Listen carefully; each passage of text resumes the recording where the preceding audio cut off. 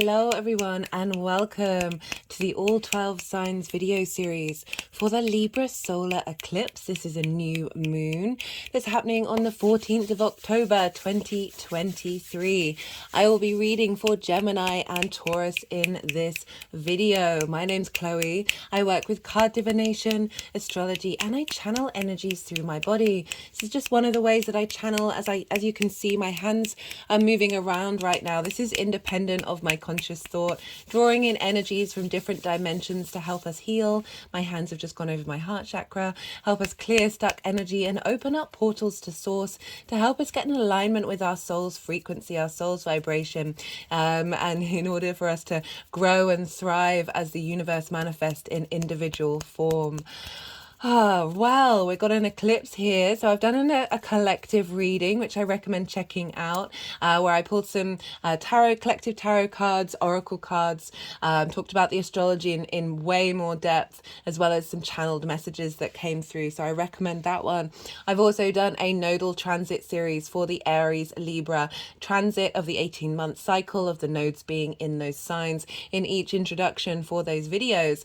I call on different themes collectively, North Node in Aries, South Node in Libra, as well as all the other combinations and pull cards for that as well. So if you want a more in-depth understanding of what this 18-month eclipse cycle is gonna be for you, then do go check that out if you want a deeper understanding of how to work with that energy.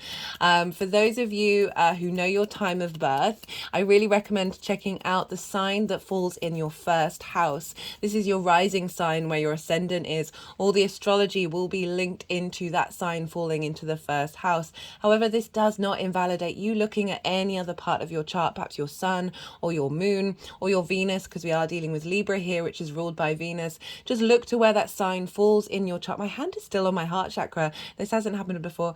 If you just look to where that sign falls in your chart, look to the house that it's in, the themes of that house, and whatever planets you've got there, if you've got anything, add all the meanings of that together and apply all of that to the messages that come through. It's as if that sign has now moved to the first house, but with all of the connotations of your natal chart. Right, I'm going to kickstart off with Gemini. Be good to yourselves, be good to those around you, and most importantly, be well until we meet again. Gemini rising. How you doing, Gemini? For those of you tapping into the Gemini energy and it doesn't fall in your first house in your natal chart, look to the house that it does fall in, the themes of that house and whatever else you've got going on in the sign of Gemini, and apply all that to the messages that come through. It's as if that Gemini energy of your natal chart has now moved to the first house, but with all of the connotations of your natal chart. Take what resonates, leave what doesn't. Regardless of whether Gemini is your rising sign or not, Gemini and Libra, they are both air signs. They are sister signs. So this is about oh, okay, do they want all of these? Quite a few cards. Sometimes that happens. So this is trining, this Libra eclipse is trining your Gemini energy. A trine is an aspect of Jupiter. Jupiter wants to bring elevation or wisdom, expansion, and a deep sense of knowing. And with that knowing, with that deep inner confidence that we get from a trine, this is when opportunities and luck and this sense of abundance comes through. Now, this is a soft, free-flowing energy. It's ruled by Jupiter as a benefic, so it's very inspirational, right? So this is a very harmonious aspect to your Gemini energy with this eclipse cycle. So there's a sense of not so much conflict as what would come up with a other aspect. So we're dealing with eclipses here. Eclipses are very big energy, right? So this is marking a big new change in the Libra area of your life. But it's in harmony because, right, so trines, there's three main points that signs can have in common with one another. We've got the yang day energy, yang yin energy, which is sort of the baseline sign, nature of a sign, then the element, and then the modality. Now with a trine, there are two things in common, right? You're both yang day in nature, so the sort of more extrovert, more stimulated, more taking action. So your baseline's in common as well as the elements. You've got those two layers in common, but your different modalities. Gemini, you are mutable. Libra is cardinal. Cardinal likes to instigate things, and mutable energy is very adaptive. So you're going to be very adaptive to the changes that are coming through. So this is a really supportive eclipse cycle for you. Just in general, because Aries is also sextiling your energy. So overall, this nodal cycle is very supportive, which I talk a lot more in the nodal transit series, which I've already done. The playlist is in the description box. So that's where I go over the major themes over the next 18 months in relation to this eclipse cycle. If you want to go check that out to get more depth of understanding of what this long-term cycle is representing for you. Also in each of the introductions, I do collective readings linked into and talk more about what the North Node in Aries is representing, what the South Node in Libra, and the connotations between the two. So each introduction has a big theme, and I pulled some collective cards on it. So do go check that out if you want a more, as I said, more in-depth understanding of what's going on. I've also done a collective reading for this eclipse. So as I said, like oracle cards, tarot reading, in-depth astrology, as well as some channeled messages through with that one. So I'm pulling cards for 3 piles. The first pile is the lead up to this eclipse. So that's happening from that full moon in Libra that we had in Aries season, everything that you've been working through, what's been highlighted, the work that you've done, what's shifting and changing. And then the second pile is the energy that's being downloaded by this eclipse itself. The cards can represent what's going to happen around the eclipse, but also more like I like to focus on what energy is being seeded. So lunations are portals of information, and eclipses are even bigger portals of that, right? So eclipses, I've been recommending for everybody, obviously go with your intuition. You are here to experience life through your experience, through your own journey, right? So really trust your intuition on this. But because this is an eclipse, it is recommended not to like do too much any manifestation work over eclipses, because we're dealing with big energy. This card has shown up loads, which makes a lot of sense for this Libra eclipse, that when we do manifestation, we're trying to sort of control and have set intentions around how this energy is going to shape itself. But eclipses is very big energy. It's very karmic energy. It's the universe rerouting our soul's journey or providing opportunities to have our soul's journey flourish. And so we don't understand all what's going on, really, do we? We can try. That's the point, isn't it? But this is calling us to sort of surrender and have a bit of faith of what changes are going to happen. So I do recommend not necessarily, as I said, do what your intuition is telling you, but just relax, especially because this is, and be in your own flow space, especially because this moon is conjunct the South Node, and the South Node can be quite draining, and that's the other thing I'm going to suggest with eclipses, just in general, but particularly with the South Node eclipse, because this is about us being really mindful of what you're ingesting energetically, processed food, sugar, whether you're overexerting yourself or just taking on too much. Because we're dealing with the South Node, this, as I said, can be draining. I'll talk more about why when we get to the main part of the reading. So this energy is what's being seeded, right? What this download from this big portal is going to instigate, right? And then the third part is, how is all of this energy going to manifest moving forward?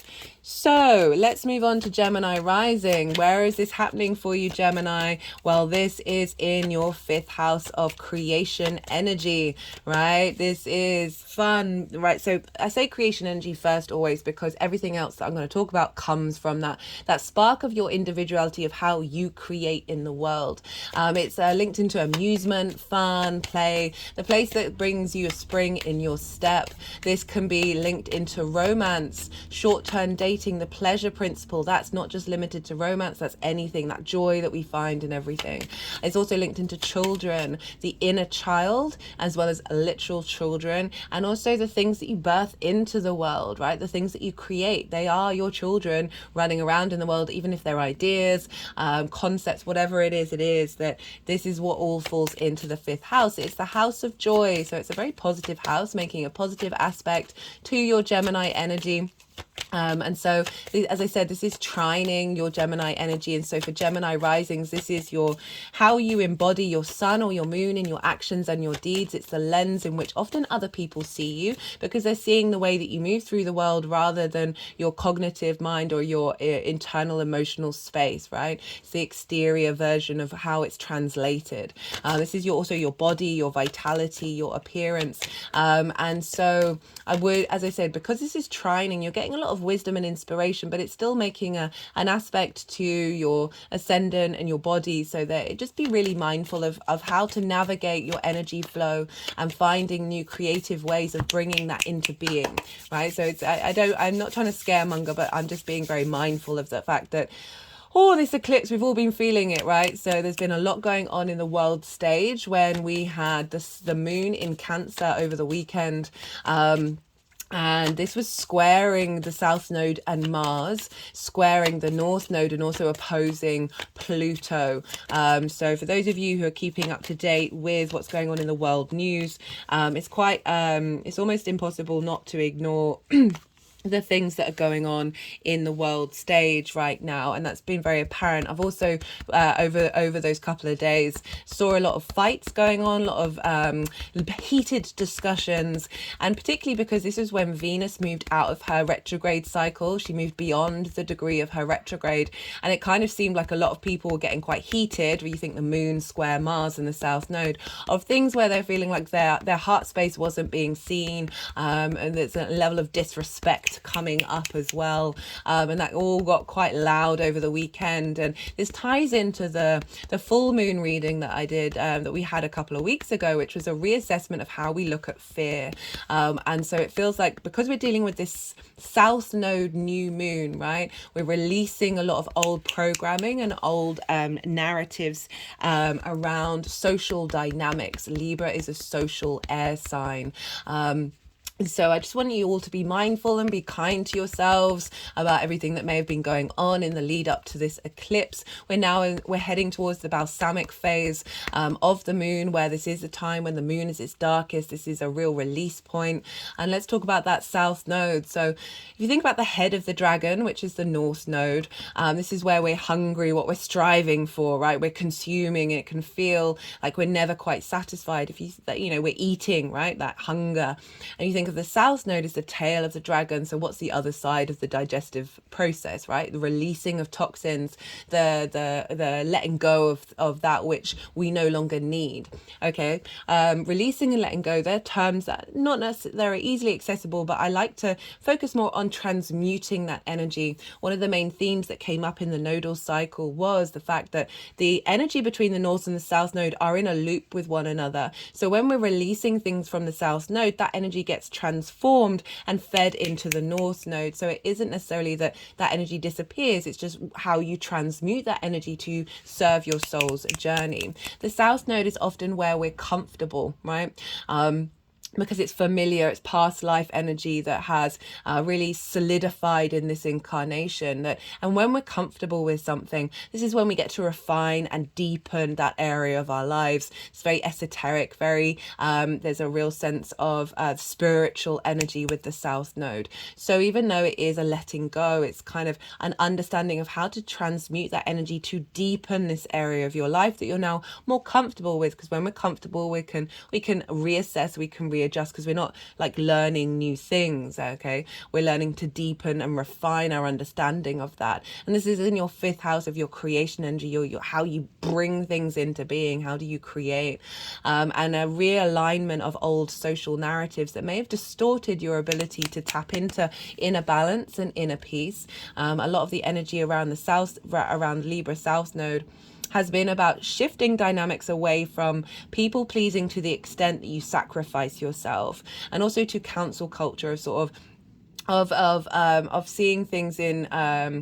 very conformist ways that don't necessarily serve everybody. There's a lot of independence coming in with that North Node that's allowing us to be our true selves, our true soul selves with society, and honoring what we have to offer, right? Libra, the highest vibration of Libra that I like to look at is it's the social warrior. It wants everyone to have a voice at the table. But it's also really good at noticing when there has been a social narrative that's distorted and being able to bring to light or more of the truth of that narrative, right? You think about justice is the tarot card for Libra, of being able to bring truth based off of your observation of all the social dynamics and seeing where the truth falls, right? And so it's really highlighting bringing in new narratives with this new moon around your creation energy, around how you connect to joy, around how your inner child may have had distorted social understandings that have blocked that joy. So words and things that have been said to us, our desire to conform, our desire to not get kicked out of the tribe is quite a fundamental social part of our dynamic, that we can then self-sacrifice and conform to the norm in order to have that connection. Often a lot of our social dynamics can be based off a space of lack because we're worried that we might not get those opportunities again. So again, we sacrifice our own needs. I really feel like this eclipse is helping transmute that energy of finding balance with that, of making sure it's not about disengaging from society, but engaging in a way that is healthy for our soul in order for it to flourish. And so if you look at that of like navigating trauma wounds of your inner child and breaking spells and breaking these constructs that you may have imprinted in your early years between 0 to 7, we're running around in theta brainwaves. This is essentially permanent state of hypnosis.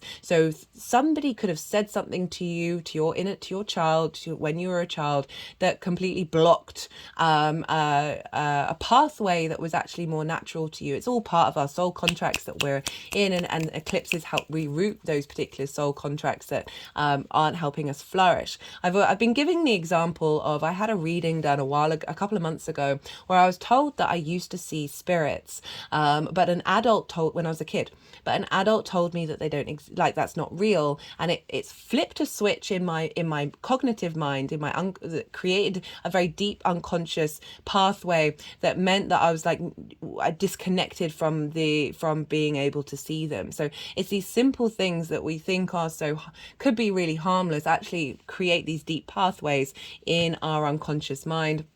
And they manifest in how we create in the world, and how our inner child then operates in this day to day, right? So many of us have wounded inner childs that we are basically children running around in adult form, and it's through navigating and holding space for that's when we can allow that to break, our inner child to break free, and really allow that beauty of pure joy, right? The joy kids have over the smallest of things into our day to day practice. So that's sort of like the main themes around what this South Node eclipse can really bring in, is heralding in a new narrative, a new dynamic that's allowing you to find inner peace in the way that you create in the world, that isn't bound by social conventions or social norms or social expectations or people pleasing everybody else in the room other than yourself. One of the main channeled messages, like this sort of end message that came through, was I really feel that this is helping us enhance our social intuition beyond those trauma responses. Right, they put the deck down really quite quickly. I'm going to talk a bit more, but it looks like a lot of the cards have come out already. So Venus is ruling this moon, okay? So Venus rules Libra, and where is Venus? Venus is over in Virgo. She's moved into Virgo. She moved in on the either the 8th or the 9th, depending on where you live. And she's just left this retrograde phase that was happening in your 3rd house of communication, of reestablishing a sense of your heart space, an independent heart space, of really tending to that. And now is moved into your 4th house, your home, your roots, your foundation. foundations. So now she's like helping you be in a state of nourishment and healing in your foundational space that's getting in alignment with you being able to express yourself and understand and move through the world from a heart space, that Leo energy in your third house, to establishing those foundations, those root space. Also really tapping into your ancestors in the fourth house, both bloodline and galactic spirit energy, of you feeling more at peace in your home life, finding more flow, finding more appreciation and value, with Venus being in the fourth. And all of this is feeding into your fifth house. So she's finding appreciation in your fourth, which is often linked into your parental figures. We have a lot of trauma here, and allowing a clearing out of that trauma to facilitate your inner child to break free, basically. And Venus is in Virgo, which is ruled by Mercury. So Mercury will, wherever Mercury is, will be impacting what's going on with Venus, and therefore impacting this moon. And Mercury is in Libra. So this is what's called mutual reception. These two planets are in each other's sign. So they're basically on the phone to each other saying, hey, how do I operate in this realm for the best of my highest ability? And they're sharing resources, they're sharing understanding of each other's lands to each other. So this moon is being governed by both Mercury and Venus. And Mercury's in the fifth house, so you're finding more inspiration around your creative energy. But this is opposite Chiron over in Aries, nearly exactly. They're both at 17 degrees, Mercury and Chiron. And so this is really facilitating deep healing of any wounds you may feel around your hopes and your dreams, and finding the clarity and the inspiration to create something new. And again, that energy is feeding into Venus, who's helping establish a foundation, a deep nourishment, a deep healing in your foundational space in order for these to be blossomed.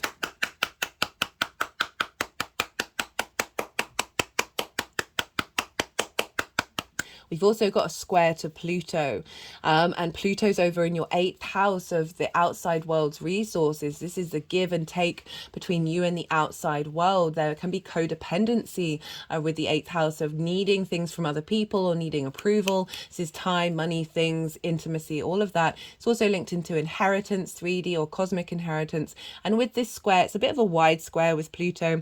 Pluto, this fear energy is really been coming out very loud, and this is what we're transmuting over our dynamics with other people, and that is facilitating a square, right? So of manifesting the new power, new strength, new intensity around how that, clearing the blockages around how that's affected your creation energy, and helping you get an alignment with your capacity of being able to navigate the dynamics of the give and take in the world that may have impacted your creation energy in the past. So this is a very powerful transit for us all, and this is helping you find joy from a space of inner peace, rather than from a space of making sure that everybody else is okay before you are able to tap into your joy.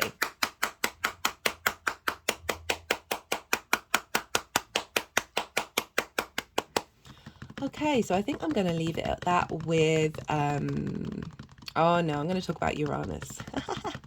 Right, Uranus is in your 12th house, your hidden house, your house of mysteries, right? Really helping you reevaluate the hidden constructs of yourself, those trauma responses, those limiting beliefs, right? This is where anxiety, depression can fall, sort of mental constructs. But underneath all of that is magic. Uranus wants you to be uniquely you and confident being uniquely you. And it's been in Taurus for a while, it's going to be in there for a while. And it's in conjunct this moon, this eclipse, and an in conjunct can feel a little awkward because it's dealing with 6 different energies that don't naturally work together very easily, but it's very innovative and very able to break out and come up with different ideas of way of navigating things. So it's liberating you in your any sort of trauma responses you have in your unconscious mind, bringing magic to the forefront that is then feeding into this new eclipse that's going to be creating new opportunities around your creation energy that is breaking out of old repeated standard cycles and bringing about new energy into this. For some of you, this might be bringing in this could be bringing in a new romantic relationship. This could be bringing in a new creative pursuit that you're going to go into, as well as for those of you who might want to get pregnant, this could be bringing in a pregnancy as well, right? Or at least a drive around this creation energy. Those are sort of some of the themes that may show up as well on on a more personal level. I always recommend checking out where your sun and your moon are when we're dealing with lunations. Wherever they are, whatever houses they're in, the themes of those houses, they're going to crop up, that are going to give you more clues about how this eclipse is going to show up for you. We can, sometimes the events of the eclipse happen in the lead up, at the time, afterwards. It may not be for 6 months or a year. You may not see the results of it. This can be things because it might not necessarily be linked to you. It could be other people that this is affecting that may come into your life, or opportunities that you might not necessarily see in the immediate future. It may also be very immediate, right? There can be things that happen that seem quite confusing at the time, but after time make more sense, that, oh, if that hadn't happened and if I hadn't let go of this, it wouldn't have created more space for this other thing to come in. So it's all very nuanced, but just get an understanding, but be kind to yourself, right? This south node can be quite draining. So just be really mindful of your energy during eclipses, just in general. And right, I'm going to go quiet now.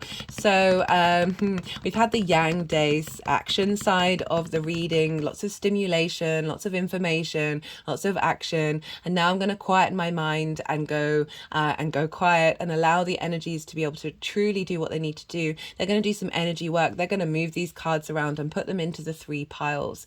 And then I'll start talking about the tarot when that's happened. And I call you to quieten your mind as well. You just had a fair amount of information. Let it all settle. Don't try and force it, and see what intuitive hits are coming up. As I said, eclipse cycles are bigger, so we've been in this eclipse energy for a couple of weeks, so you may have had some understanding of what's been showing up for you, and to see what intuitive hits come up, and then I'll come back round and bring in the tarot.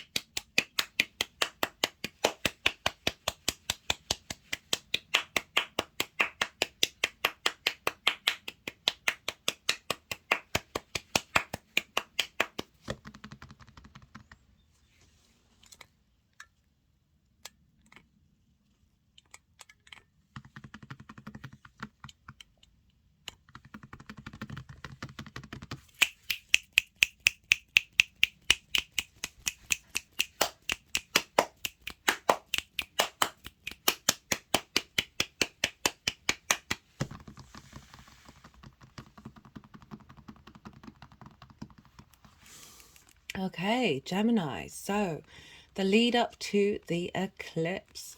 So everybody's been getting quite similar messages in for this one of like really having done a lot of inner work and like putting in, knowing that things take time, and putting in things into practice. So we've got the Ten of Swords, we've got the Page of Swords, and we've got the Knight of Pentacles. The Ten of Swords has been, as I said, it's been showing up quite a lot, which is not surprising for a Libra South Node eclipse. Okay, so we've got swords here, which is air energy. And this is often feeling like you're immobilized, there's a sense of betrayal. Things that have been said to you throughout your lifetime have been blocking your ability to get up and do things. So that's kind of what I was talking about, that inner child of like somebody saying something to you when you're really young that sort of put an energetic block in your ability to truly flourish. This also can be sort of social situations or social dynamics where you've just felt like there's whatever's going on, you haven't been able to truly be yourself, right? Because of what other people are saying, what other people are doing, that's had an impact on you. With it's very karmic, as I said, because all the swords are along the spine. We store a lot of karma in our spine, a lot of blocked energy. It's so often why so many of us have back problems. The energies that I channel when I'm doing sort of like somatic movements, they're really keen on doing spine work, like and sort of helping unwind the spine in order to release that energy. This is where our kundalini rises through our spine and up through our crown chakra from our root. And with the Ten of Swords, look, I always like to say, look, the sun is rising up. This is about a completion phase of being able to then shift into a new dynamic. If you notice here, the hand is making a symbol that's the same as what the Hierophant is doing. So it's acknowledging that through all of this, we learn deep wisdom. There's a sense of guruhood that comes through from this. But it's not denying these difficulties, right? And so if you think about that fifth house of blockages around your creation energy, and we've got it with the Page of Swords, which is, I love the Page of Swords because it's the only page that is both moving forwards but looking backwards. It's an acknowledgement of the past. It's not shaming the past, but being aware, being an observation sword energy with the desire of moving forward, of breaking away from the past, right? And holding the sword of truth in moving forward. So there's a sense of clarity, but also a reflection. So there's been a reflection on this immobilization and sort of as a deep dive of trying to understand why is that. And it's come up with the Knight of Pentacles, which is very slow and steady wins the race, right? So it's the biggest horse of all the knights. It may take its time, but it's going to get you to that end decision, that end result. Okay, you see at the bottom here, the field has been plowed, right? It's ready for new seeds. You're acknowledging that there's a new dynamic that you're manifesting. You're taking that time slowly but surely to bring something new into being. We've got the oak leaves here, which represent wisdom and strength.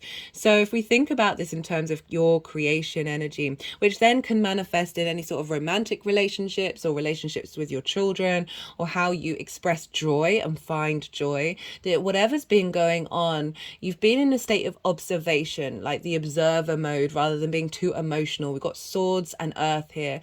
Earth is very practical, swords are very pragmatic. So there's a sense of getting some distance over things that may have happened in the past or situations that are going on in your life, because you realize, no, this isn't working. This isn't serving me or the people around me or the way that I understand myself and how I bring creation into the world, how I bring joy into the world. And there's a sense of they're focusing on the harness of taking things into control, right? Of not letting it all run wild, but giving yourself the grace and the depths to really take your time and be sort of, there's a loyalty with earth energy. It's very practical of being like, okay, how am I thinking long term in relation to this? And you have been taking the steps to put things into action.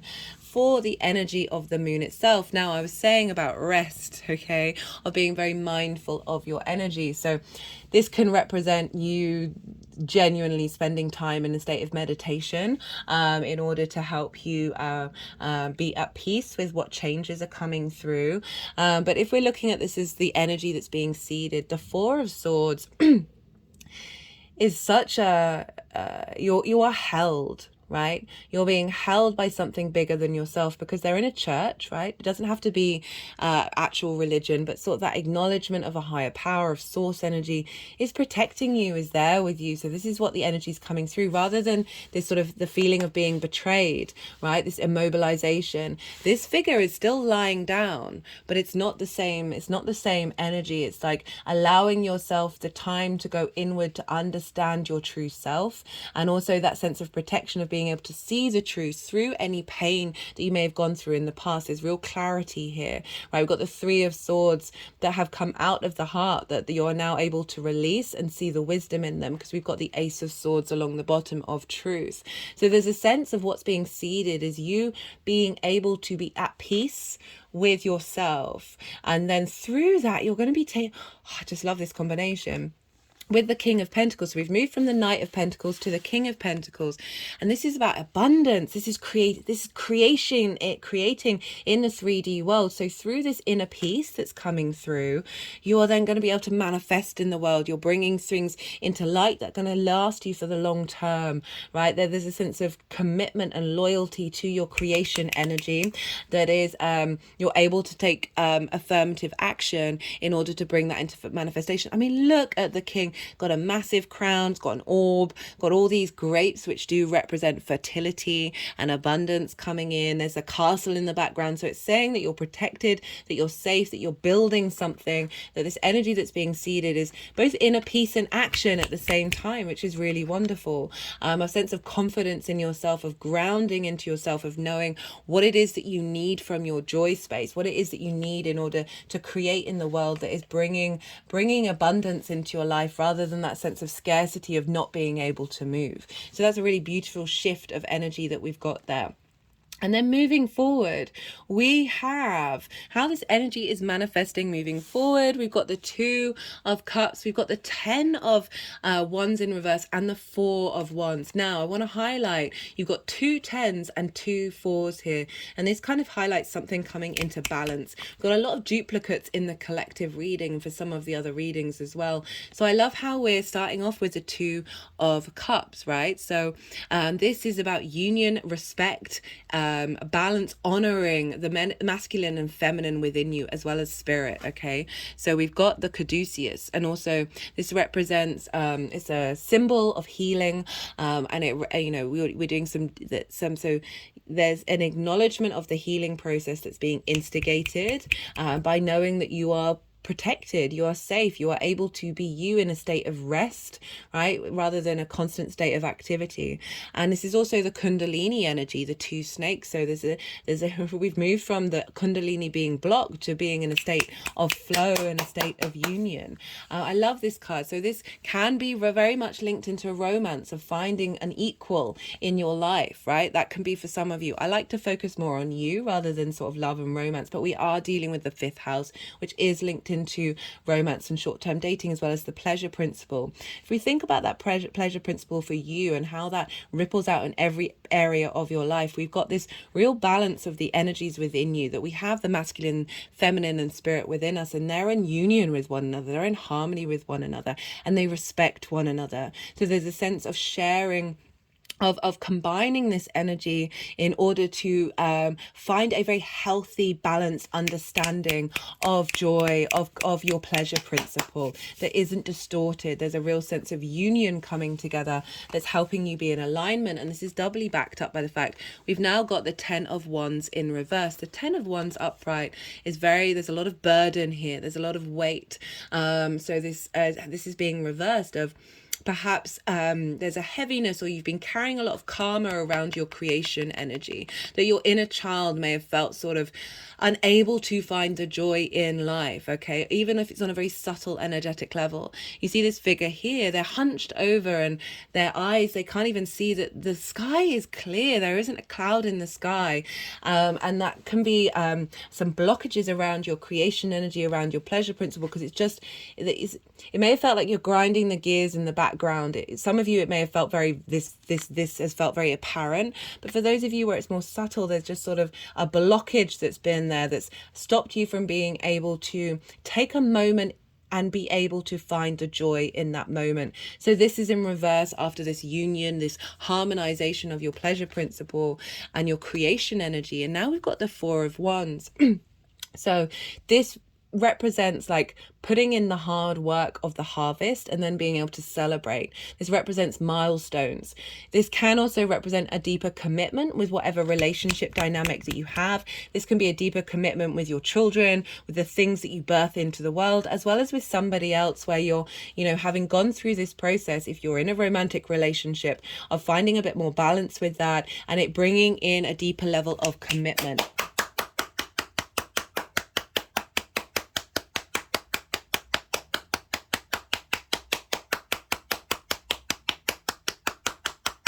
And that can be a commitment with your inner child as well, right? A real sense of saying, hey, we've been doing the hard work, right? And now there's a time to celebrate the work that that has been done. Okay, what are they doing? And they're just moving over to, I've got different talismans around on the altar, and they just wanted to go on one of them in particular. So yeah, that one's a bit of a confusing talisman. There's sort of a communicator in there. I can't remember what the anime film is where she finds a crystal and then builds a transmitter in order to, which one is it? It builds a transmitter in order to talk to higher dimensional beings. And I channeled building one, and there's also it's just really sort of unity with spirit and the grounded energy as well. So that's bringing that in.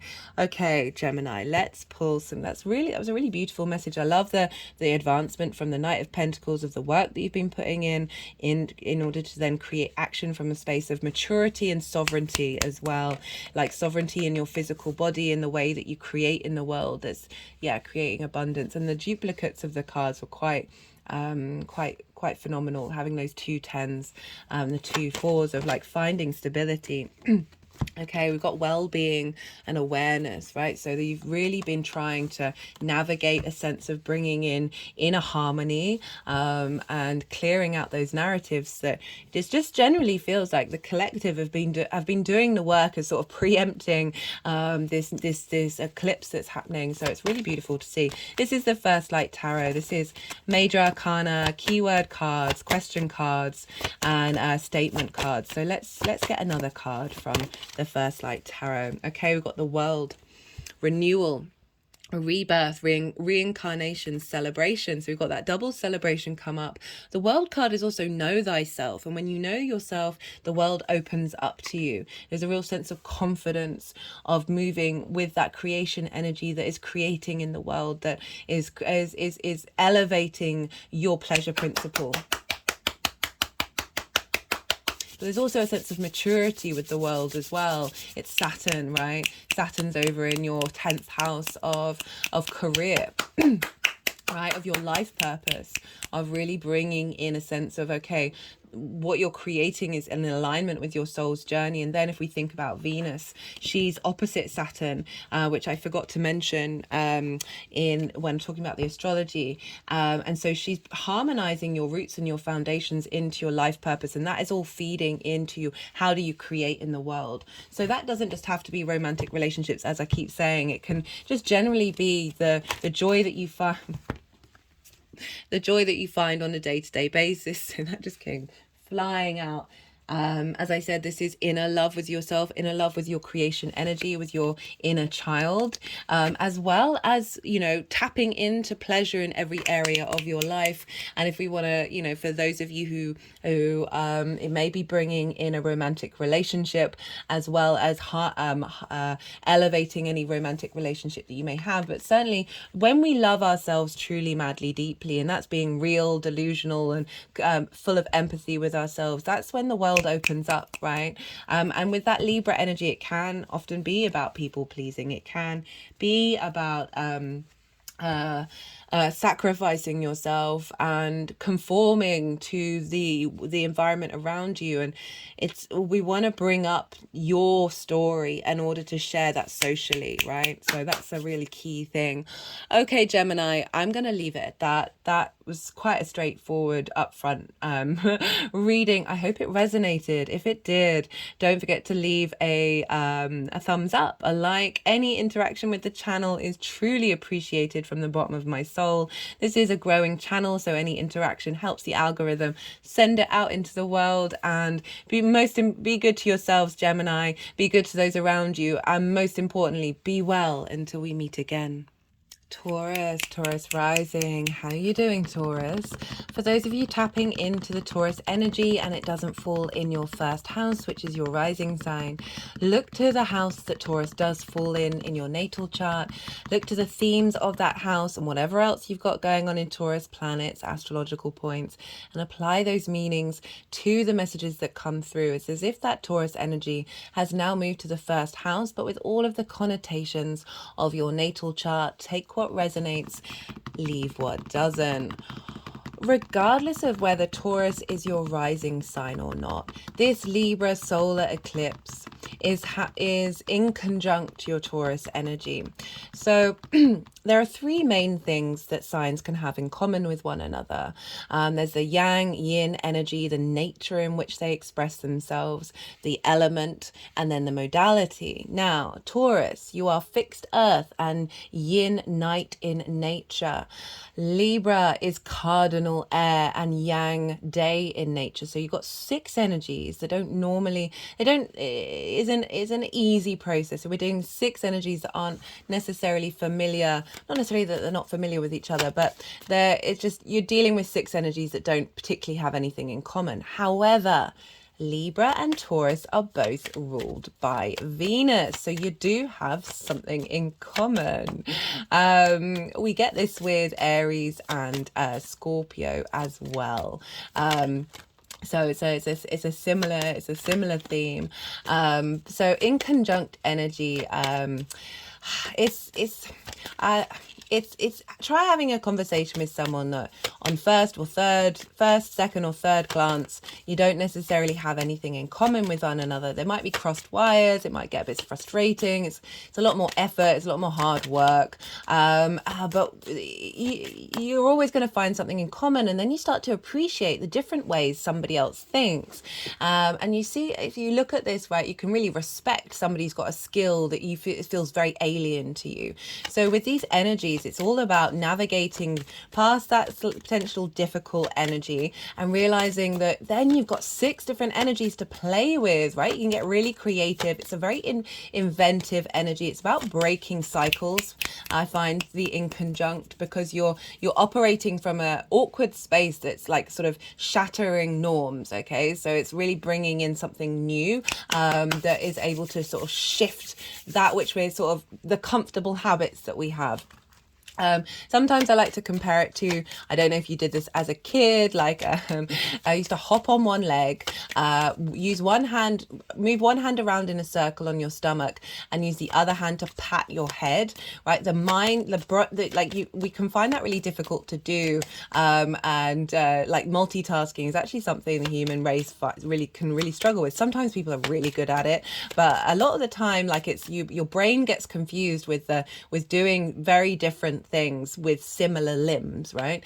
And so this is kind of what using all those different energies is like, is that bit of that confusion. But once you get into the flow, it feels so good, and you're creating new neural pathways as well. So this is the in conjunct energy just in general, regardless of whether Taurus is your rising signs or not. So what happens with this eclipse might just feel a bit more uncomfortable, a bit more like than other aspects. But do bear in mind, eclipse energy and in conjunct energy is really trying to break you free of convention, break cycles, and reroute your soul on its own journey. That's certainly what the eclipses are all about. So I'm pulling cards for 3 piles. The first pile is the lead up to this eclipse, right? So this is coming from that Libra full moon that we had in Aries season. The last 6 months, what have you been integrating? What have you been working on? And then how that's transitioning into the second pile of what energy is being seeded by this eclipse. So the second pile could represent things that are happening to you around the time of the eclipse, but I really like to focus on how, so lunations in general for me are portals of information, right? This is when we receive downloads into all the fields, all the energetic fields, our body, our cognitive mind, that we then spend until the next lunation navigating and integrating. So the eclipse is an even bigger portal. You know, in the olden days, they used to hide the monarch because the sun was linked into the monarch. When there was an eclipse, they'd make an effigy, like a fake version of what that monarch looked like, and put it on the throne in order for it to absorb the eclipse energy. Because if you think about it, right, when the sun is disappearing and you don't know what is going on, that's a really scary thought that we might not have sunlight anymore. Right, so there's an energy of fear around eclipses, but I'm not saying be fearful. I'm just saying be mindful that this is a bigger energy, right? This is a higher narrative, a more long-term narrative that's being instigated that we might not necessarily be consciously aware of what's going on. And so we're getting a portal energy, a download. So that's the second pile of more like what energy is being downloaded. And then the third pile is how all of this energy is manifesting moving forward. Now let's talk about eclipses for a second.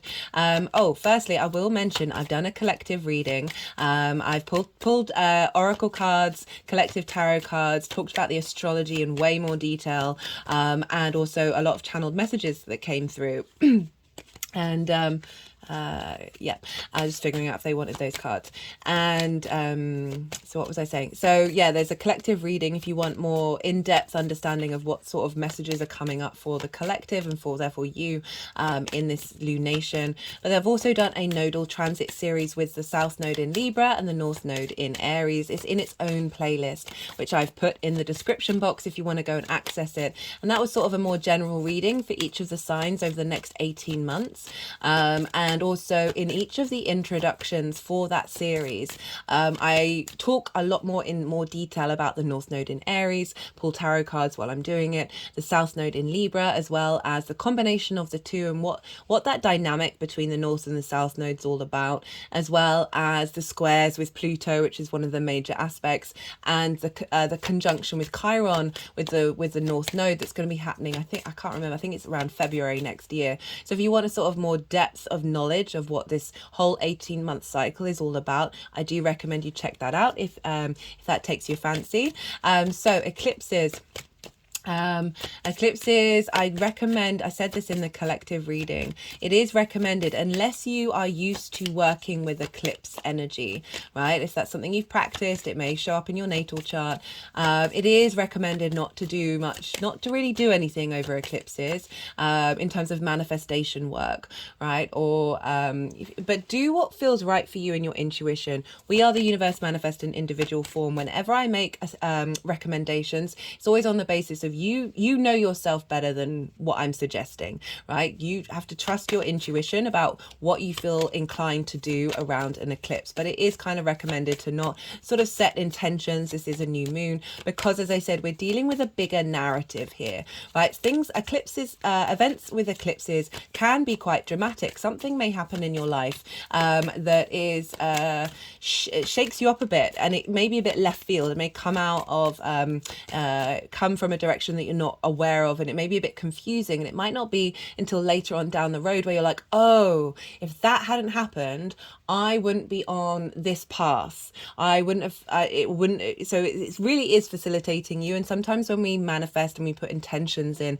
that may distort that energy away from this sort of bigger picture that our higher self is aware of, but our more sort of present cognitive mind, I mean, it depends how much you're in alignment, may misdirect that energy and then you get a bit so it's just a recommendation.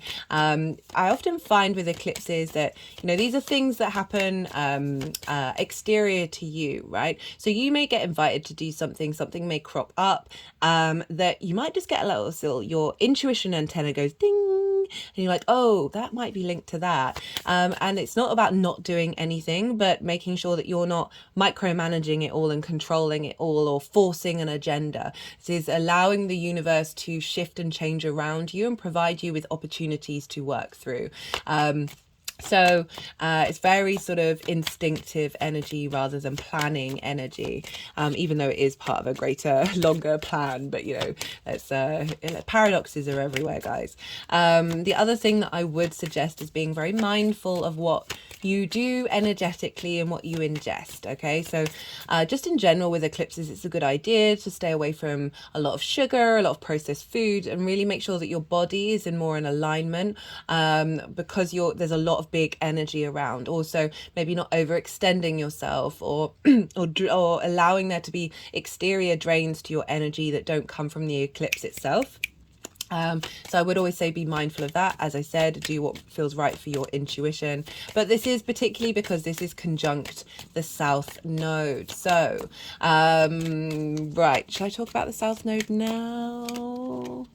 Okay, I will. I'll talk about the South Node. So the North Node is the head of the dragon, what we're hungry for, what we're striving for. Sometimes can feel out of reach. We just want to eat and eat and eat and eat. Well, what's the other side of the digestive process of eating? Well, that's the tail of the dragon. So it's a releasing of toxins, a releasing of things that no longer serve us, there's a sense of letting go, of a purification. But I like to focus on transmutation, right? So energy doesn't disappear. It's how we change and shift it, so we can utilize all of that energy for ourselves. We can shift and change that. But that South Node is about a release of things, a release of old dynamics, a release of old social conventions, of toxins, physical toxins, or just energetic toxins. Okay. And so, why am I talking about this? Oh, so that's why I was saying, like, be mindful of what you're eating around this time, just to play with the energy, just to be in alignment with the energy, and also what you're sort of saying to yourself and thinking to yourself as well. But I don't want to sort of shame anybody in that, because I'm not one of those. I find, anyway, I won't go into that. But don't ever shame yourself, right? It's unless you get a kick out of it, right? And you can then transmute that energy, right? Different strokes for different folks, but like, really try and be kind to yourself. I've been talking a lot about how the energy around the weekend before the eclipse was huge across the board, both collectively, socially, and individually, right? We had the moon in Cancer squaring Mars and the South Node in Libra, squaring the North Node in Aries, and opposite Pluto. If you are aware of what's going on the main stage in the news right now, then you'll have an understanding of what that kind of energy can show up like, right? So we are speaking of power and authority, but that's not to do with you. In terms of, so also noticed a lot of fights going on, not fights, heated discussions around perhaps. So Venus went into her, she left the retrograde cycle finally on the 7th. And so it was definitely a lot of heart expression of perhaps if you feel disrespected or feel like you're not being validated and wanting to stand up for yourself and stand up for your heart's needs. That very much felt like a very strong energy, and it came out in lots of elements of fear, of like not wanting to fall back into old cycles. Now I want you to bear in mind that this is all part of the journey of releasing those fear dynamics in order to move into this portal, right? So the Aries full moon that was the last lunation talked a lot about fear, right? If you want to go watch that collective reading, I really do recommend it, because there was a lot going on in that one. That it was essentially flipping the switch on the way that we look at fear, and then we've been instigating that and navigating that, and so that's meant a lot of fear has come up in order for us to release it, in order to go into this new portal. And we're now in the balsamic phase where we're settling settling in away from that cross quarter moon into the balsamic phase of realizing what needs to be, what toxins need to be transformed into that which nourishes your soul rather than diminishes it. So I want you to just be really mindful of and kind to yourself and kind to those around you about what's been going on, because there's been a lot of heated energy at the forefront. And so, right, so this new moon eclipse that's happening in Libra, right? So Taurus rising, this is happening in your 6th house. This is your house of work, health, and routines. So this is how you work. This is how you embody your work, and the way that routines and the way that you take care of your health.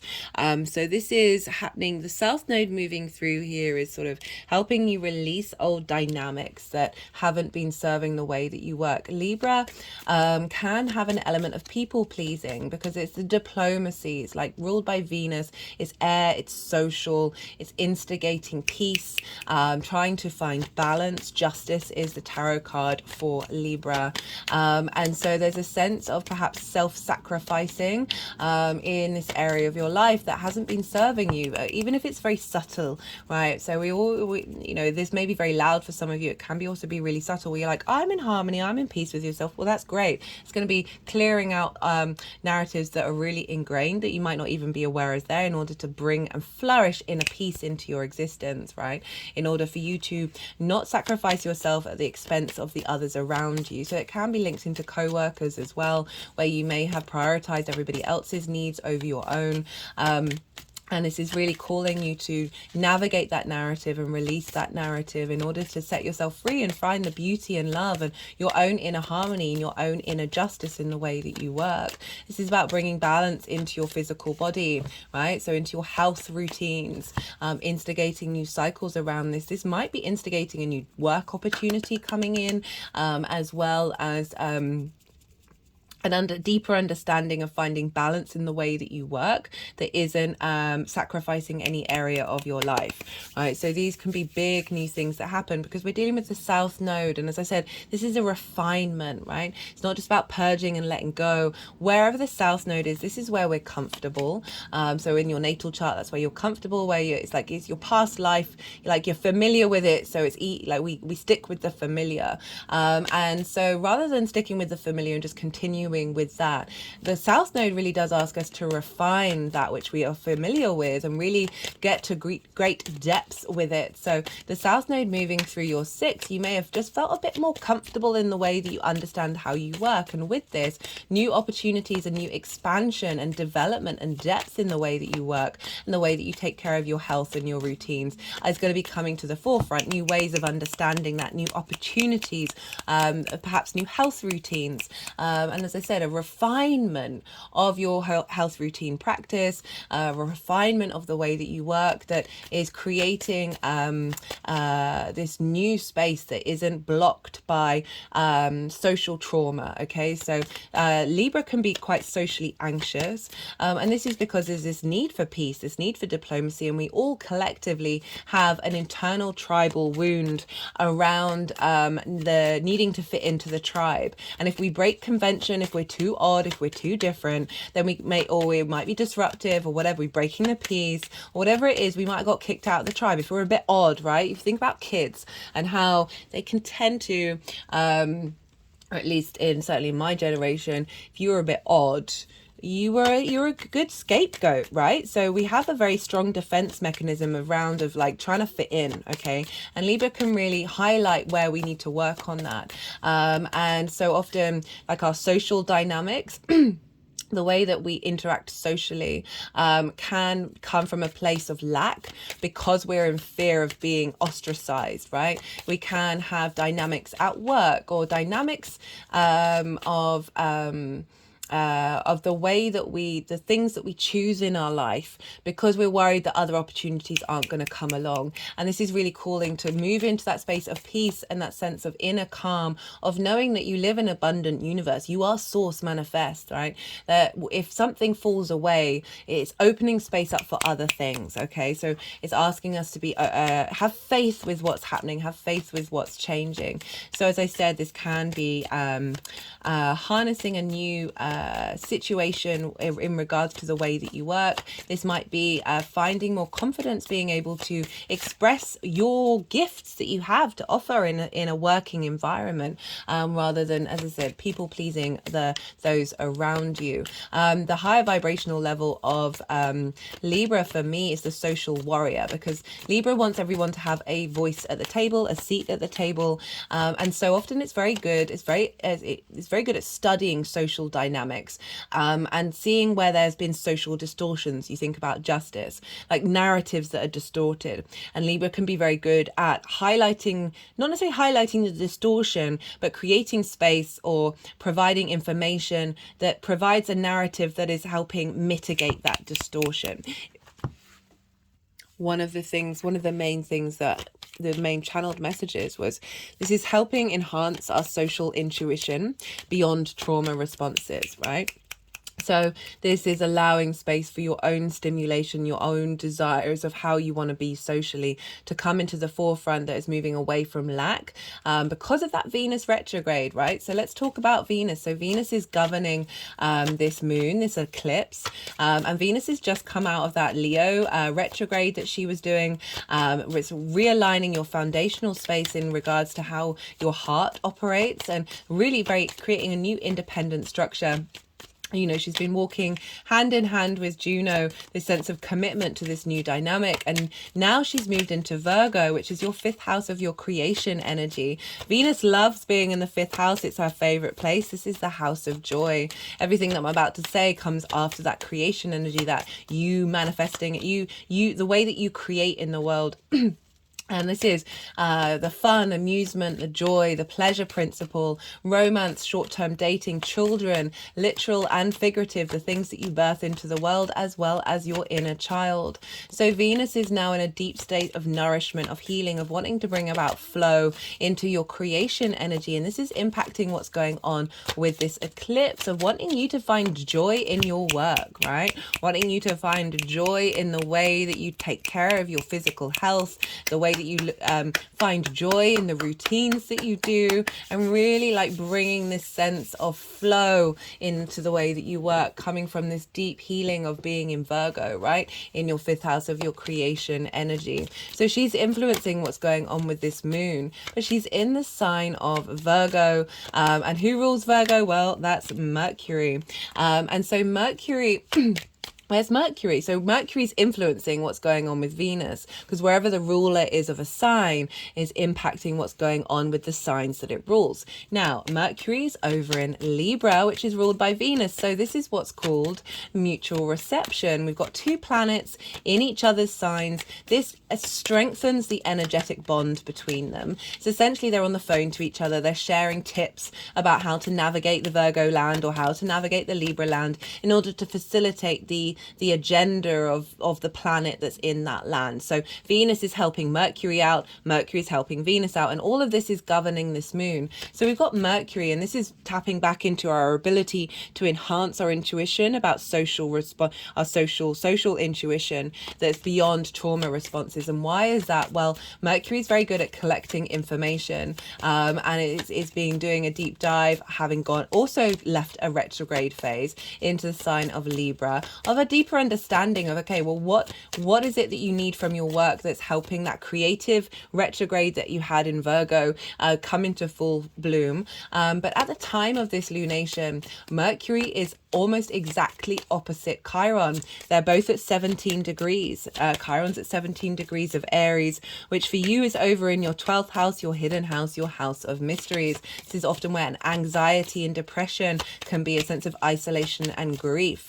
Underneath all of of these trauma responses and limiting beliefs, these constructs of who we think we are, is the magic of your soul. It's a very magical house, that which is hidden, the occult. Chiron's been moving through there for a while, and now we have Chiron opposite Mercury, and all of this energy is feeding into Venus, that's then feeding into the moon.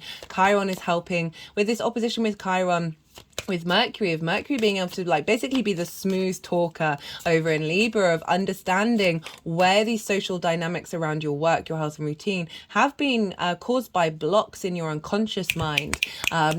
Mercury's helping liberate, right, and instigate in this new cycle of any sort of limiting beliefs that have blocked your ability to find joy, bringing Venus back in the 5th house, in the way that you work, of miscued balance, right? So of prioritizing the peace of others over the peace of yourself. My hand has just gone over my heart chakra.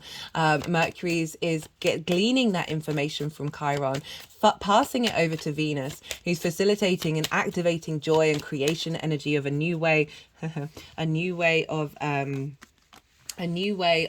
looking at things, and that's all feeding into this eclipse point that's helping navigate a new direction in the way that you understand what work means to you and how you embody that work, how to release old social narratives around your understanding, your comprehension of this house. And one of the main aspects that I'm going to talk about very quick, I forgot. No.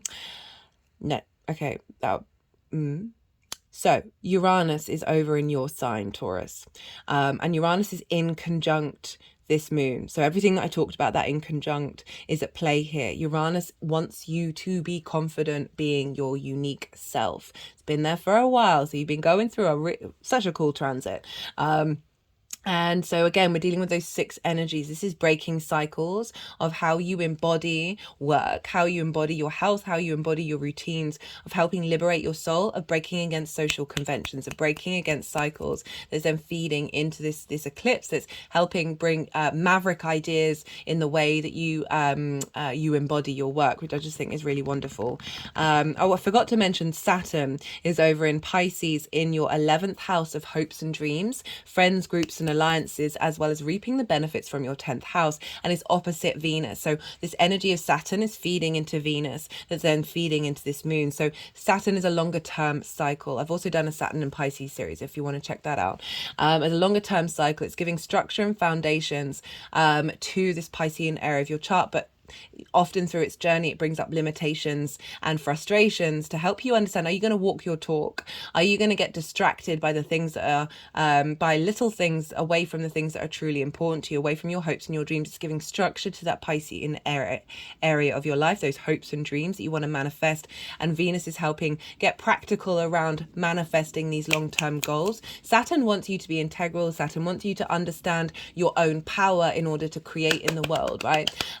The sense of integrity that comes through with Saturn, and that's feeding into Venus, of saying, okay, let's bring joy into that as well, and then feed that into the way that you work. It's such a powerful transit. Right, okay, they put the deck down, which means all the cards have come out.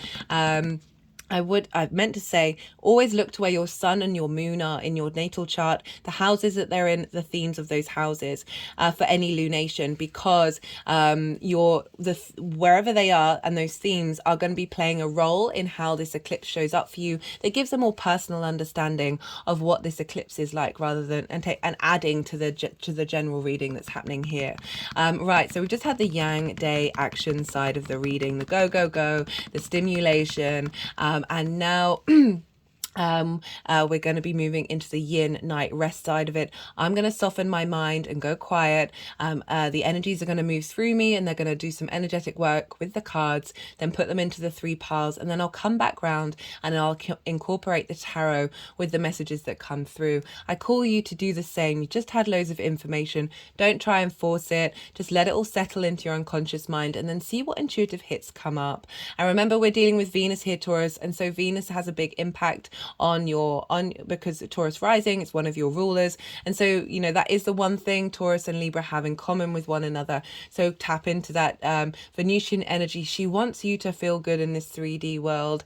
These transits are going to potentially be disruptive, but do bear in mind, be kind with yourself, find love with yourself, and then acknowledge that even if it is disruptive, it is taking you onto a higher path. So, okay.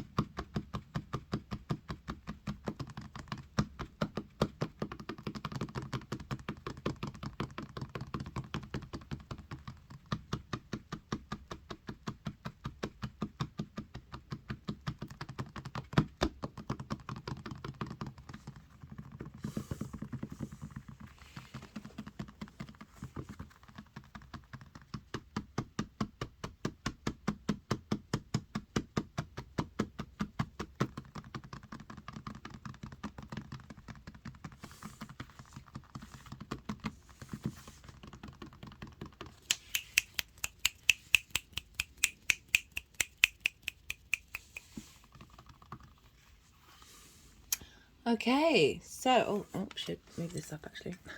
I usually do that a little bit beforehand. So, Taurus. Oh, no. Yeah, the energies, because we're dealing with eclipses, the energies have been certainly a bit more playful. So we've got for leading up to this eclipse, we have the Seven of Cups in reverse. We've got the Hanged Man, and it's being crossed by the Emperor card. So what I kind of felt like is, with the Seven of Cups in reverse, it's an interesting one because the Seven of Cups is often linked into choices and fantasy and dreamlike of being able to imagine and go into that fantasy world of having options and possibilities. And in reverse, it feels like there's been a limitation around that, a sort of not feeling like you've got the choices that you need, or certainly not connecting to that sort of the joy of fantasizing about what's going on in your life, right? The Seven of Cups gets a bad rep. I really like this card. I also link it into channeling, right? All the different possible ways that the universe can talk to us. But with this sixth house is kind of like feeling a bit lackluster around what's been going on in your work. There's a sense of releasing, potentially releasing situations that haven't served you as well. So another way of looking at this card is, because it's in reverse, it's like not having choices, but finding in not having choices is making you go inward and figure out what truly matters to you. And like not necessarily having the joy that you may have had, right? The South Node can be a little bit withdrawn and going inward. It's really given rise to you to be contemplative, right? So the Hanged Man is about being in a state of limbo, but limbo in order to get a higher perspective. So this figure is upside down on a tree, and it's the only figure that has a halo around its head in the tarot, and this represents enlightenment. So I always link it into the Norse god Odin. Odin was upside down on the world tree for 9 days and 9 nights, and at the end of it received the wisdom of the runes, which is another form of divination, right? So it's an element of you've had to be in a state of pause, a state of meditation, of contemplation about what's been going on in this area of your life in order to find some clarity and find some wisdom, in order to connect to your path, right? Your spiritual path. Even if that may have felt quite blocked, your ability to see the possibilities that may unfold around you. It's crossed with the Emperor, which kind of makes me think that you're on the you've been on the stages, you've been taking steps and stages to find your inner sovereignty.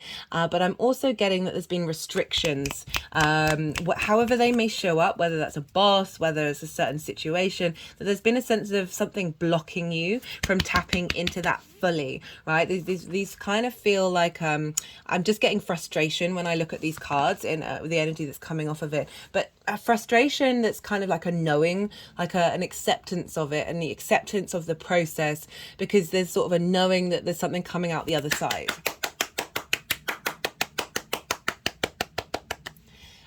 And so that Emperor card that's sort of crossing these is saying, look, you're going to get to that point, but you've got to take some steps first. And this blockage is actually facilitating you moving forward, because it's adding depth to, okay, what do you truly need in order to flourish, in order to be able to make the decisions that serve you, that come from a space of wisdom, that from your own internal space rather than the social environment. For some of you, this may be blockages around work, getting promotions, of things, feeling like things aren't moving forward. As well as not being able to step into your own power when it comes to around your health and your routines. There's just definitely feels like there's a blockage, but I'm not getting bad energy from it, just that this is just something that you've had to go through and work through. There's an element of just the discomfort around acknowledging that it's not quite going in the way that you would have wanted it to. But through that, as I said, there's this enlightenment that comes with the Hanged Man. Okay, so we have for the energy of the moon itself, we've got the moon showing up. You're the first sign for the moon to show up with the Ace of Wands. And this is an interesting combination, because it's through this journey that you've been able to tap into your sort of sensitivity, your sort of your psychic intuitive nature of the moon. This is Pisces, right? So Pisces is in your 11th house of your hopes and your dreams. That even though there's been this disruption, there's now coming through this sort of sense of flow, this sense of knowing that you're able to then bring these hopes and dreams into fruition, right? So we've got the Ace of Wands there, which is all about a new beginning of passion, of virility, of confidence, of desire, of motivation to get up and do the things that you need to do that are facilitating your life journey, right? So there can be sense of something of like the illusion coming down over what's been going on, right? I do have the feeling that you kind of have inherently known, but there's just been something where you're like, this has just felt off, like what's going on? And the moon is showing up and saying, hey, there's a release of the illusion, of the delusion, of that which you cannot see, with that Ace of Wands, with that real clarity of that Wands energy, of the spark of spirit of the Ace, of the light of coming in, right? That fire energy of reigniting and saying, hey, no, we're carrying that torch through the illusion and being able to then see the wonder of it and see why that's happened, and then through that really tap in, as I said, tap into your deep intuition, your psychic ability to be able to see through those illusions and liberate yourself, and then transform that energy into something that is supporting both your instinctive animal side as well as that which conforms to society. So very much that potentially Librarian dynamic of, you know, the dog only becomes the dog because it's been trained, right? So we're all trained, but there's still something very inherent within you, and I feel like it's liberating that. Just had a big energetic release at that one. Oh, that was cool. That was fun. Okay, so I've got this quartz crystal wand that's wanting to be at the bottom of that, of channeling that energy of crystal, of like there's a clarity. It's bringing in clarity, coming in. Oh, okay. Sorry, my body just went really floppy at pointing at the bottom of that spark that's being ignited, right? A new opportunity of, right, fire energy, wand energy is very sort of the entrepreneur, right? So new ideas, new passions of your ambition coming through, of the way that you want to create in the world. But I just love the softness coming in with that moon energy. It's really lovely. This is it's highlighting this journey that you've gone on, where you've had to get a bit soft. You've had to be more sensitive to yourself and your environment in order to facilitate this new birthing out, right? You see all the leaves coming off of the Ace, right? This new life is coming in. New opportunities are coming in. And how is this manifesting moving forward? Wow. We've got the Chariot. We've got the Two of Cups, and we've got the Four of Wands. So the Chariot and the Two of Cups. So the Chariot is very confident. It's about victory. It's about the ability to move through the world with understanding you have all the resources around you in order to move through this world. You see here, they don't have any reins holding on to, like, guiding the sphinxes. There's a sense of knowing that your intuition has come from the moon, that you're confident moving through to a space of victory, right? You're not having to control everything. You're not having to micromanage anything. That there's a sense of command of the way that you're moving forward. It doesn't necessarily mean that everything is going to be all everything is going to be what am I trying to say? So the Chariot is the ability to be confident within yourself despite what's going on around you in the world. Okay, it has the Magician's wand, the pillars from the High Priestess, as well as the moons, the crown of the Empress, and it's got the astrological symbols as well as the stars, so as well as the lingam and the yoni and the wings of spirit of the Lovers card. So it's really acknowledging everything that you've gone on in your journey is coming together in order to help you move through the world with confidence to a space of victory. This is about flow. This is about being able to be in your flow. So something's happening, something's moving and shifting within you, that is you're no longer in this state of limbo, that you're now able to put everything that you've been working on into practice, practice.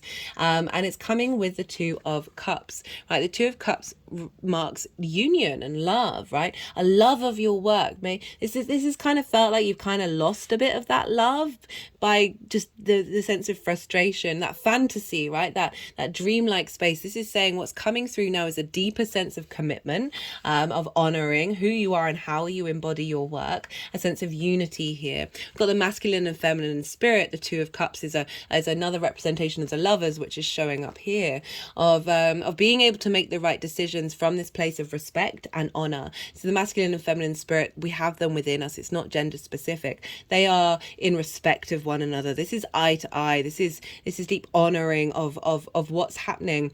A sense of honoring coming in the way that you work, and honoring perhaps of other people and seeing the way that you work, as well as respecting your physical body, respecting the routines that you take and being able to commit to them, right? This is also linked into healing and the Kundalini energy, the two snakes. So there's a sense of whatever's gone on is being restored, and you're able to walk with a sense of confidence, right? They are eye to eye. There's a sense of equality here. There's a sense of respect that's coming in through this confidence, this sort of this movement, this shift that's happening, that is bringing in this sense of of knowing yourself and loving what it is that you do and how you take care of yourself, as well as that appreciation of your work as well. I'm very much getting that, particularly because we've got the Four of Wands now. This is a celebration card, but it's off the back of putting in hard work, right? An acknowledgement of the journey that you've been in, that there's a sense of reward, there's a milestone at the end of it, and celebrating with like-minded people. So again, that's kind of sort of backing up what I was saying about how it's not just you finding peace with how you work and what's really important to you, but also being acknowledged by the people around you, seeing the work that you've done and celebrating what you've done, and there's a milestone, there's a level of commitment here, and we're bringing in Venus, that sense of joy. Yeah, there's real getting the joy in with these cards. They're moving, that is helping facilitate you keeping going, right? Keeping going. The Chariot keeps going, and not losing faith and not losing hope in what direction you want to be headed in. It says there's a new opportunity coming in that's giving you confidence, giving you the drive, right? The drive of the Chariot that's coming from a place of love as well. And I love how we've got the 2 and the 4 minor arcana with Libra, which is about balance. So we've got two balanced cards coming in with the Chariot, of this drive that you have that's coming from a very balanced place, that is supporting you, that's supporting your passions and supporting the love that you have. Remember, Venus over in the 5th house of creation energy. At the bottom of the deck, we've got the 6 of Wands, and this is about being recognized. There's a sense of victory with this new cycle that's popping up, and whatever opportunities come up as taking you in this direction. Okay, let's see what clarifies what want to come through. Let's see what wants to come up with a numerology deck. All the decks are in the description box, by the way, if any of them take your fancy. Okay, no, they put that down. They wanted this one. This is the First Light Tarot. This is major arcana, keyword cards, question cards, statement cards. So we've got positive surroundings. So yeah, rather than feeling perhaps that your fantasies and your dreams haven't been appreciated or being able to manifest with that 7 of Cups in reverse, this is now saying that your headspace, as well as the people around you, is shifting to positive surroundings. That's creating this sense of being appreciated and appreciating yourself in the way that you work and what it is that you bring to the table.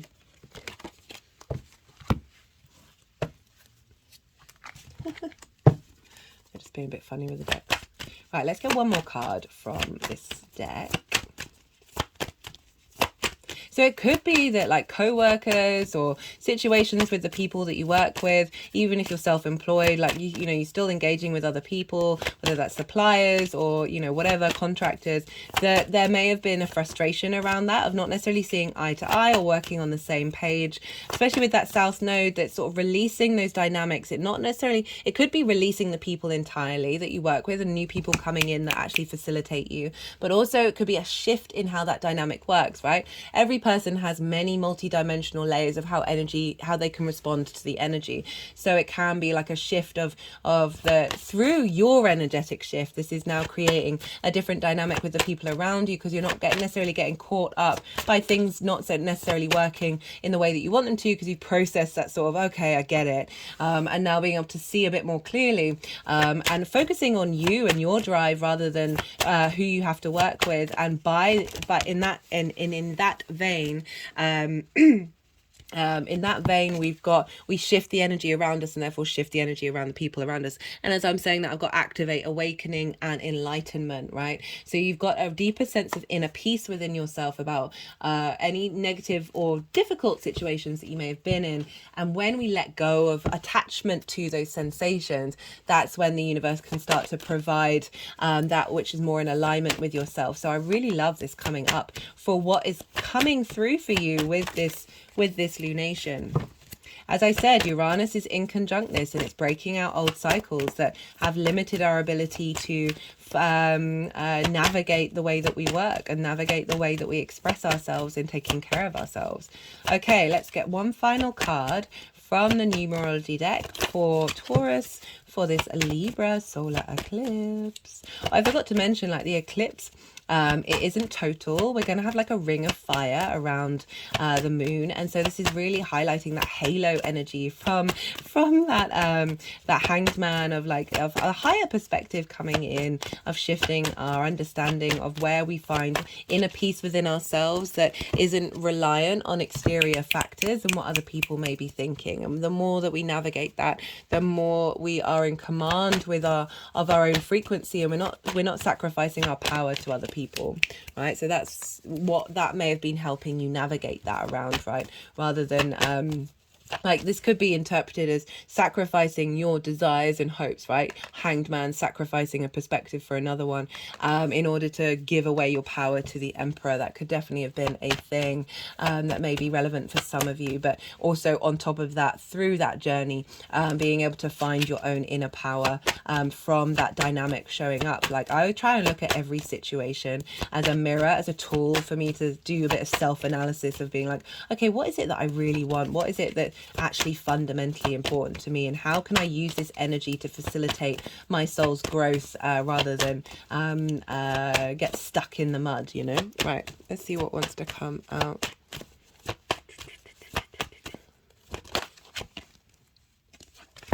We've got self-love, which is just what I was just talking about, but I feel like there needs to be another card coming out from there. Okay, they wanted the last card on the bottom of the deck. We've got manifestation. So there's through this portal, we're able to then bring in what's truly in alignment with our soul's frequency. So I love that. Whatever's going on with you in your life, that there's something definitely very positive coming through in the longer term cycles that is helping bring in a sense of unity and confidence and celebration. So I love this for you, Taurus. Okay, I'm going to leave it at that. I hope you enjoyed this reading. If you did, don't forget to hit that like button. All interaction on the channel is greatly appreciated. This is a growing channel, so every interaction helps the algorithm send it out into the outside world, and I really do appreciate that. Be good to yourself, Taurus. Be good to those around you, and most importantly, be well until we meet again.